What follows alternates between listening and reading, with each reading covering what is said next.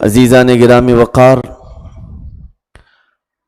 ہم لوگوں کا اسلام میں داخل ہونے کے بعد عقیدے کے طور پر ایک جز یہ بھی ہے کہ ہم تقدیر پر ایمان رکھتے ہیں۔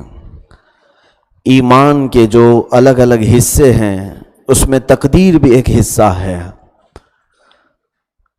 اللہ پر یقین رکھنا، اس کے فرشتوں پر یقین رکھنا، اس کے تمام اتاری ہوئی کتابوں پر، اس کے رسولوں پر، قیامت کے دن پر یقین رکھنا۔ پھر چھٹے نمبر پر آتا ہے تقدیر پر یقین رکھنا، جس کا مطلب یہ ہوتا ہے کہ جو کچھ بھی اچھا یا برا ہوگا وہ سب اللہ کی طرف سے ہوگا۔ اس پر ہر مسلمان کا یقین ہے۔ اور آخری حصہ ہے ایمان کا مرنے کے بعد دوبارہ زندہ ہونے پر یقین رکھنا، یعنی قیامت کے دن۔ تو یہ جو ایمان کے حصوں میں سے ایک تقدیر ہے، اس تقدیر کو بعض لوگ الگ مفہوم میں لیتے ہیں۔ اور پہلی بات تو میں یہ بھی بتا دوں، منع کیا گیا ہے تقدیر کی بحثوں میں پڑھنے سے۔ اللہ کے حبیب صلی اللہ تعالیٰ علیہ وسلم کی احادیث کریمہ ہیں اس سلسلے میں کہ تقدیر کے معاملات میں بحث نہ کرو، گمراہ ہو جاؤ گے۔ تو ہمارا صرف اتنا اعتقاد ہے کہ جو کچھ بھی ہوگا وہ اللہ کی طرف سے ہوگا، لیکن تقدیر کا یہ معنی اگر کوئی مراد لے کر خاموش بیٹھ جائے وہ بھی تقدیر کا تقاضا نہیں ہے۔ مثال کے طور پر بعض لوگ اگر یہ سمجھتے ہوں کہ جو کچھ بھی ہونا ہے وہ سب لکھا جا چکا ہے، جو کچھ بھی دنیا میں ہونا ہے وہ سب لکھا جا چکا ہے، جیسے کہ ہمارا ایمان یہی ہے، بچپن سے سنتے آ رہے ہیں نا آپ، ایک لوح محفوظ ہے، ایک تختی ہے جس پر تمام انسانوں کی تقدیریں لکھی گئی ہیں۔ تمہارے پیدا ہونے سے لے کر مرنے تک تم کیا کیا کرنے والے ہو سب کچھ لکھا جا چکا ہے، سب کچھ اس میں محفوظ ہے۔ تو یہ لوح محفوظ جس میں سارے انسانوں کی تقدیریں محفوظ ہیں، تو اس کا مطلب یہ نہیں کہ تم دنیا میں کسی جگہ گوشہ نشین ہو کر کے بیٹھ جاؤ اور پھر یہ کہو کہ جو کچھ بھی لکھا ہے وہ خود بخود ہوتا رہے گا۔ تقدیر کا تقاضا یہ نہیں۔ اللہ رب العزت نے اپنے علم سے تقدیر کو لکھ تو دیا ہے، لیکن انسان کو تدبیر کرنے کا حکم بھی عطا کیا ہے۔ اب اس کو میں سمجھانا چاہتا ہوں، پہلے تقدیر کو سمجھ لیں آپ۔ ہم تقدیر کا انکار نہیں کریں گے۔ ما قدر یکون، جو کچھ بھی مقدر میں ہے وہ ہو کر رہے گا، کوئی چیز اسے ٹالے گی نہیں۔ ہاں یہ اور بات ہے کہ علماء اعظام نے تقدیر کی الگ الگ قسمیں بیان کی ہیں۔ ایک تقدیر مبرم ہے جو کبھی نہیں ٹلے گی، ایک شبہ مبرم ہے، اور ایک تقدیر معلق ہے، یعنی یہ تقدیر کی قسمیں لکھی گئی ہیں کہ مبرم وہ ہے وہ کبھی نہیں ٹلے گی، نہ ہی نبیوں سے، کسی نبی کے کسی ولی کے ذریعے سے بھی اس تقدیر کو ٹالا نہیں جائے گا۔ مبرم کا مطلب یہ ہوتا ہے اٹل، اور ایک ہے شبہ مبرم۔ اللہ نے تمہاری زندگی میں کچھ لکھ دیا ہے کہ اس کا ایسا ہو کر رہے گا، لیکن وہ تقدیر انبیاء کرام علیہ السلام یا اولیاء کاملین یا بعض خاصان الہی کے دعاؤں سے اللہ رب العزت اس کو بدل بھی دے گا۔ یہ شبہ مبرم ہے، ساری تقدیریں نہیں بدلتی۔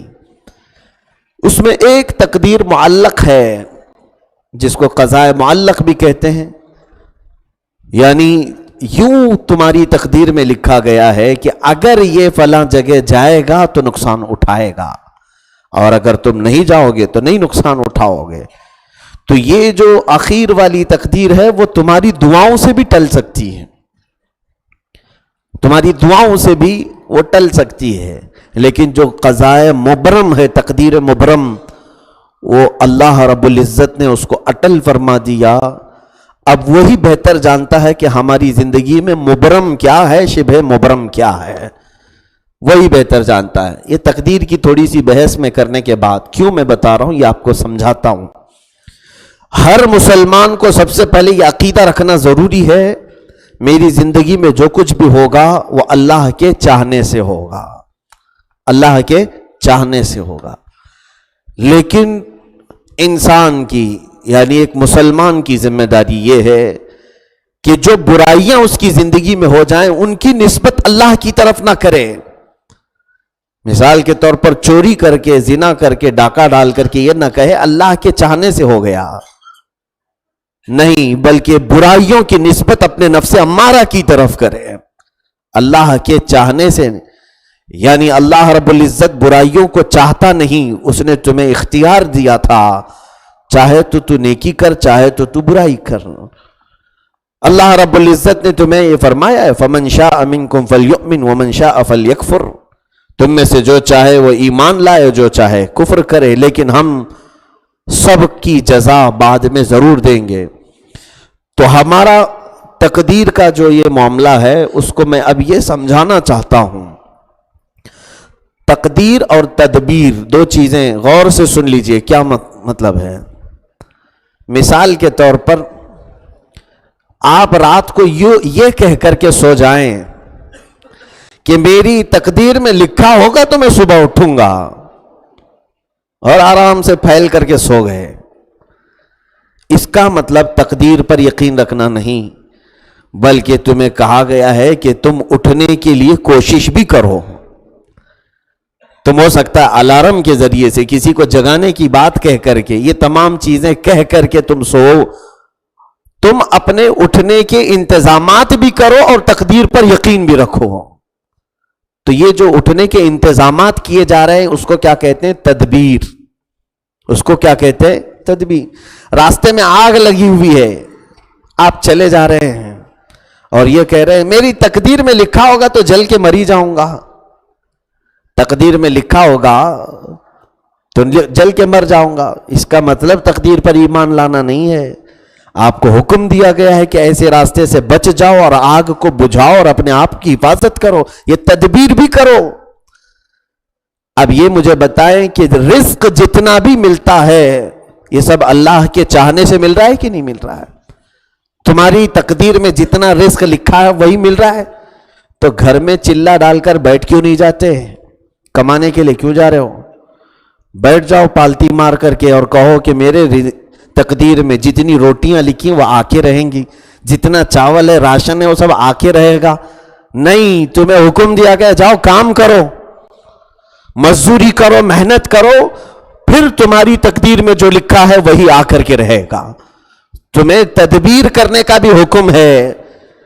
اب یہاں سے میں یہ بات عرض کرنا چاہتا ہوں میرے عزیزو، اسلام صرف کسی جگہ گوشہ نشین ہو کر تقدیر کرنے کا نام نہیں. اسلام تمہیں تدبیر بھی سکھاتا ہے. اگر صرف تقدیر میں لکھی ہوئی بات ہو کر رہے گی یہ سوچ کر بیٹھ جانا ہی کافی ہوتا، اللہ کے نبی محمد رسول اللہ صلی اللہ تعالی علیہ وسلم 313 نہتے صحابہ کو لے کر مدینے سے بدر تک نہیں جاتے، بلکہ مدینے میں بیٹھ کر کے یوں فرماتے کافر آ رہے آنے دو، جو لکھا ہے وہ ہو کر رہے گا. نہیں، اللہ کے حبیب صلی اللہ علیہ وسلم نے انہیں اٹھایا، لے کر کے گئے، صفیں ترتیب دی اور آنے والے غنڈوں کو اور دہشت گردوں کو مارا. انہیں مدینے کو خراب کرنے نہیں دیا. احد میں دیکھیں